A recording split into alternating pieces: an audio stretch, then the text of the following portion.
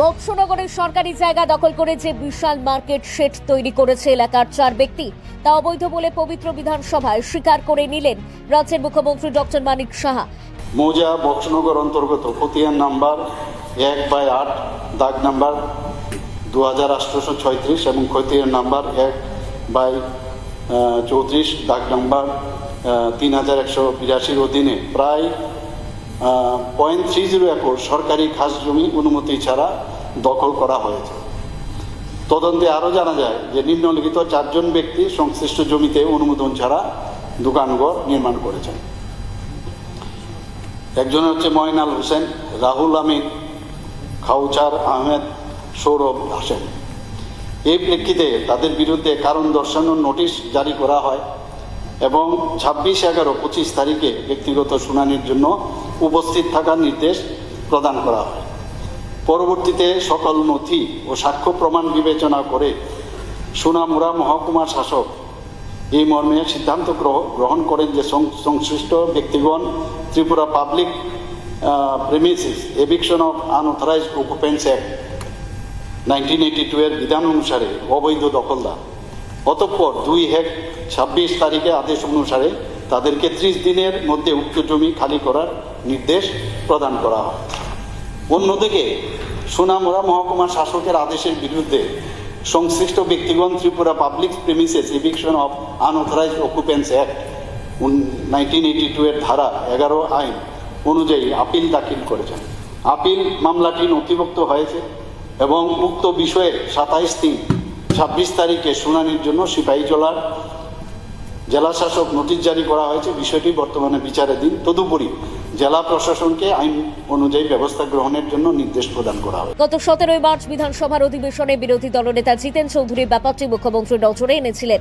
বিধানসভায় 0 আওয়ারে leader of opposition জিতেন চৌধুরী মহোদয় উনি একটা বিষয় উত্থাপন করেন। সেটা হলো সোনামুড়া মহকুমার বক্সনগরে বাজারের পাশে হরিমঙ্গল ছড়া জল নিকাশি যে ছড়া, সেই হরিমঙ্গল ছড়ার মধ্যে কিছুদিন আগ থেকে একটা কনস্ট্রাকশন হচ্ছে।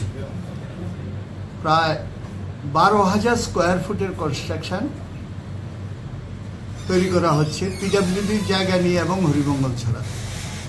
তাতে এই যে জল নিকাশি এটা ক্ষতিগ্রস্ত হতে পারে, মানুষের অসুবিধা হতে পারে, কিন্তু তারা এটা করছে। এটা এর আগে খবরের কাগজে উঠেছিল। উঠার পরে মাননীয় এসডিএম সোনামুড়া উনি একটা ইনকোয়ারির জন্য বলেন। তখন ওখানকার একজন ডিসিএম ইনকোয়ারি করে একটা রিপোর্ট দেয়। সেই রিপোর্টের মধ্যে সব কিছু দেখে উনি একবারে জায়গার দাগ নাম্বার টাম্বার সব দিয়ে উনি রিপোর্টে বলেছেন যে 12,000 স্কোয়ার ফুট নিয়ে একটা বিল্ডিং হচ্ছে এবং যারা এটা করছে এটার কোনো প্রায়র পারমিশন নেই।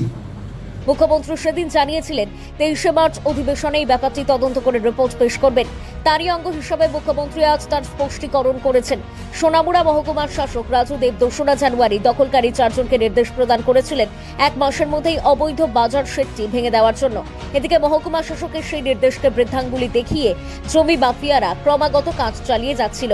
এই অবস্থায় 17 মার্চ ব্যাপারটি বিধানসভায় উঠলে তড়িঘড়ি করে 18 মার্চ জেলা শাসকের কাছে মহকুমা শাসকের নির্দেশিকার বিরুদ্ধে আপিল করেছে উল্লেখিত 4 জন, যারা এলাকার প্রচার করেছিল 20 লক্ষ টাকা খরচ করে বিশেষ অফিসারদেরকে ম্যানেজ করে এই কাজ চালিয়ে যাচ্ছে তারা। আইন বিশেষজ্ঞরা বলছে মহকুমা শাসক এবং জেলা শাসকের কোন নির্দেশিকার বিরুদ্ধে আপিল করতে হয় 30 দিনের মধ্যে। অথচ এই জমি মাফিয়ারা মহকুমা শাসকের নির্দেশিকার বিরুদ্ধে জেলা শাসকের কাছে আপিল করেছে 75 দিনের পরে। ফলে জেলা শাসক এই আপিল গ্রহণ করতে পারে কিনা এই ব্যাপারে উঠছে নানান প্রশ্ন। এখন দেখার আগামী 27 মার্চ হিয়ারিং শেষে জেলা শাসক পরবর্তী নির্দেশিকা কি জারি করে। তবে জেলা শাসকের জন্য ব্যাপারটা নিয়ে সিদ্ধান্ত নেওয়া এত সহজ হবে না বলে এক অংশের মানুষ মনে করছে। কারণ যে 4 জন ব্যক্তি বিশাল বাজারের শেডটি নির্মাণ করেছে তারা সকলে স্থানীয় বিধায়ক তোফাজ্জল হোসেনের আত্মীয় স্বজন। যে তোফাজ্জল হোসেন আইনের তোয়াক্কা না করে নিজের মর্জি মতো চলাফেরা করতে বারংবার দেখা যায়। যার পরিচালিত ফুটবল টুর্নামেন্টের ফাইনাল ম্যাচে রাজ্যের কুখ্যাত নেশা কারবারি অপু দাসকে সম্মান করতে দেখা গেছে, যার কারণে কলমচৌড়া থানার ওসিকে চাকরি থেকে বহিষ্কৃত করা হয়েছে, যার জল গড়িয়েছে বহুদূর পর্যন্ত। এদিকে বাজার সেটচির ব্যাপারটি নিয়ে বক্সনগর এলাকার কিছু প্রতিবাদী যুবক খুব শীঘ্রই উচ্চ আদালতে জনস্বার্থ মামলা করতে যাচ্ছে বলে আমাদের কাছে খবর। তবে সবকিছু নির্ভর করবে জেলা শাসকের পরবর্তী নির্দেশিকা কি আসে তার উপরে। আমরা সেদিকে নজর রেখে চলেছি। Bureau report, Tripura TV.